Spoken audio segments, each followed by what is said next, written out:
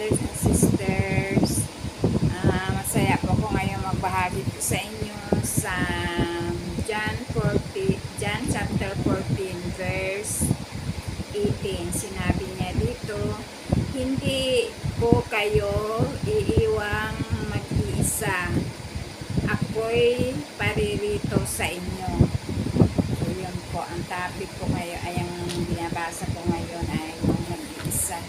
So hindi po tayo malungkot dahil sabi ng Diyos, hindi po niya tayo iiwang mag-isa. So, siya po ay paparito.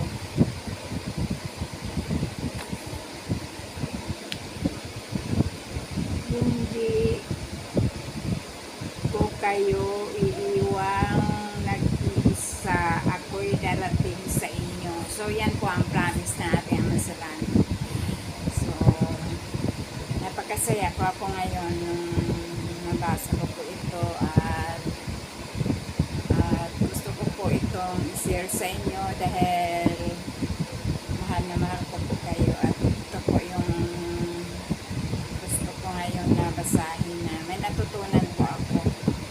Minsan nag-iisa ako dito sa bahay pero dahil sa verse na ito sa John chapter 14 verse 18 ay masaya po ako dahil nalaman ko ngayon sa banal na kasulatan na sinabi ng Diyos na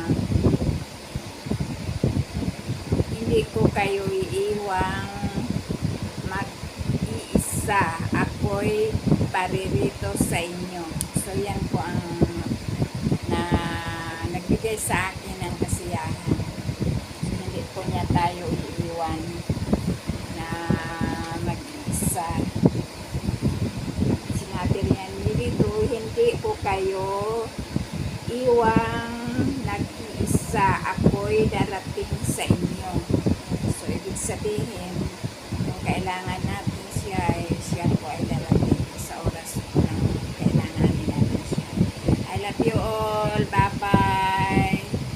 At yan, dumating na po yung banks na in-order ko.